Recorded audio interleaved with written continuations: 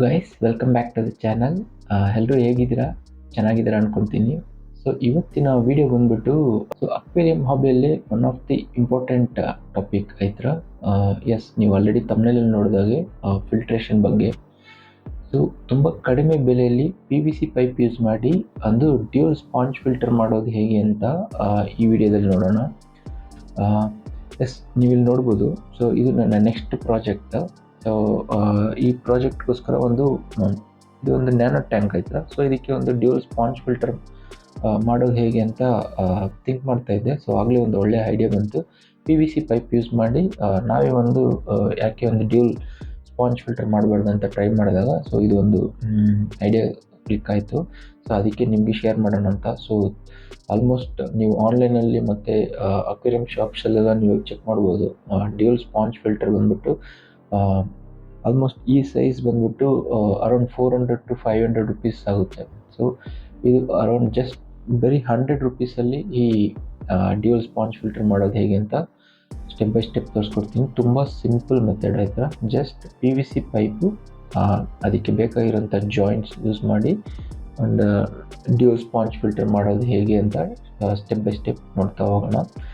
So ಅದು ಹೇಗೆ ಮಾಡೋದು ಅಂತ ಎಕ್ಸ್ಪ್ಲೇನ್ ಮಾಡ್ತಾ ಹೋಗ್ತೀನಿ. ಬನ್ನಿ ವಿಡಿಯೋ ಶುರು ಮಾಡೋಣ. ಸೊ ಈ ಡ್ಯೂಲ್ ಸ್ಪಾಂಜ್ ಫಿಲ್ಟರ್ ಮಾಡೋದಕ್ಕೆ ಬೇಕಾಗಿರೋಂಥ ಆಕ್ಸೆಸರೀಸ್ ಬಂದ್ಬಿಟ್ಟು, so 4 sponge filter, 3 pipe use ಮಾಡಿದ್ದೀನಿ PVC ಪೈಪು, ಮತ್ತು 3 L ಜಾಯಿಂಟು ಮತ್ತು 1 T ಜಾಯಿಂಟ್ ಯೂಸ್ ಮಾಡಿದ್ದೀನಿ, 2 ಕ್ಯಾಪ್ಸು, ಮತ್ತು ಇದು ವ್ಯಾಕ್ಯೂಮ್ ಕ್ಲಿಪ್ಸ್ 2 ಯೂಸ್ ಮಾಡಿದ್ದೀನಿ. ಸೊ ಇದು ಒಂದು L ಜಾಯಿಂಟ್ ಆಯಿತಾ. ಸೊ ಆಕ್ಸಿಜನ್ ಏರ್ ಫ್ಲೋ ಆಗೋದಕ್ಕೆ ಇಲ್ಲೊಂದು L ಜಾಯಿಂಟ್ ಯೂಸ್ ಮಾಡಿದ್ದೀನಿ. ಒಂದು 2 ಸಣ್ಣ PVC ಪೈಪ್ ಕಟ್ ಮಾಡ್ಕೊಂಡಿದ್ದೀನಿ ಆಯಿತಾ. ಸೊ ಇದಿಷ್ಟು ಇದಕ್ಕೆ ಯೂಸ್ ಮಾಡಿರೋಂಥ ಆಕ್ಸೆಸರೀಸು. ಸೊ ಒಂದೊಂದೇ ಹೇಗೆ ಕನೆಕ್ಟ್ ಮಾಡಿ ಯೂಸ್ ಮಾಡೋದು ಅಂತ ಎಕ್ಸ್ಪ್ಲೇನ್ ಮಾಡ್ತಾ ಹೋಗ್ತೀನಿ. ಸೊ ಇದು ತುಂಬ ಸಿಂಪಲ್ ಆಯ್ತಾ.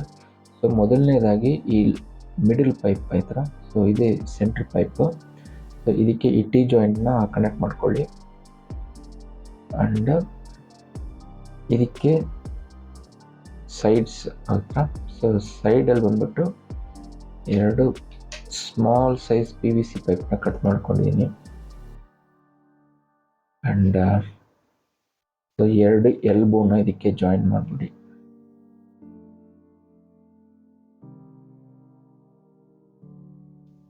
ನೋಡ್ಬೋದು, ಒಂದು ಈ ಶೇಪಲ್ಲಿ ಇದಾಯ್ತು ಥರ. ಆ್ಯಂಡ್ ಸೊ ಲೆಫ್ಟ್ ಸೈಡ್ ಒಂದು ಪೈಪ್ನ ಕನೆಕ್ಟ್ ಮಾಡ್ತಾ ಇದ್ದೀನಿ. ಅದೇ ಥರ ರೈಟ್ ಸೈಡಲ್ಲೂ ಒಂದು.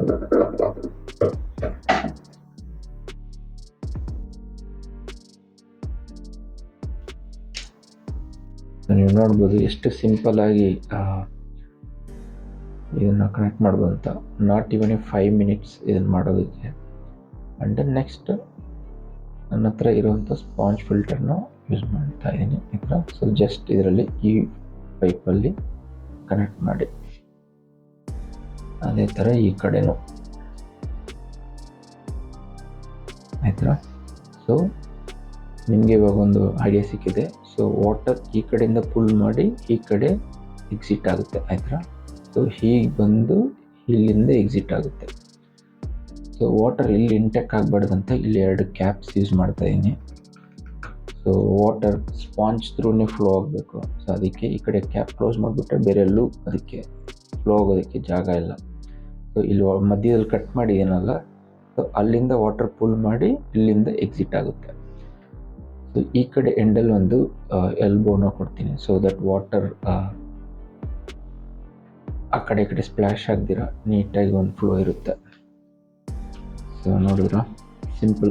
ನಾಟ್ ಇವನ್ 5 ಮಿನಿಟ್ಸ್ 2 ಮಿನಿಟ್ಸಲ್ಲಿ ಇದೊಂದು ಸ್ಪಾಂಜ್ ಫಿಲ್ಟರ್ ಮಾಡಿ ತೋರಿಸಿದ್ದೀನಿ ಆಯ್ತಾ. ಆ್ಯಂಡ್ ಸೊ ಇದಕ್ಕೆ 2 ವ್ಯಾಕ್ಯೂಮ್ ಕ್ಲಿಪ್ಸ್ ಯೂಸ್ ಮಾಡಿದ್ದೀನಿ ಟ್ಯಾಂಕಲ್ಲಿ ಸ್ಟಿಕ್ ಮಾಡೋದಕ್ಕೆ.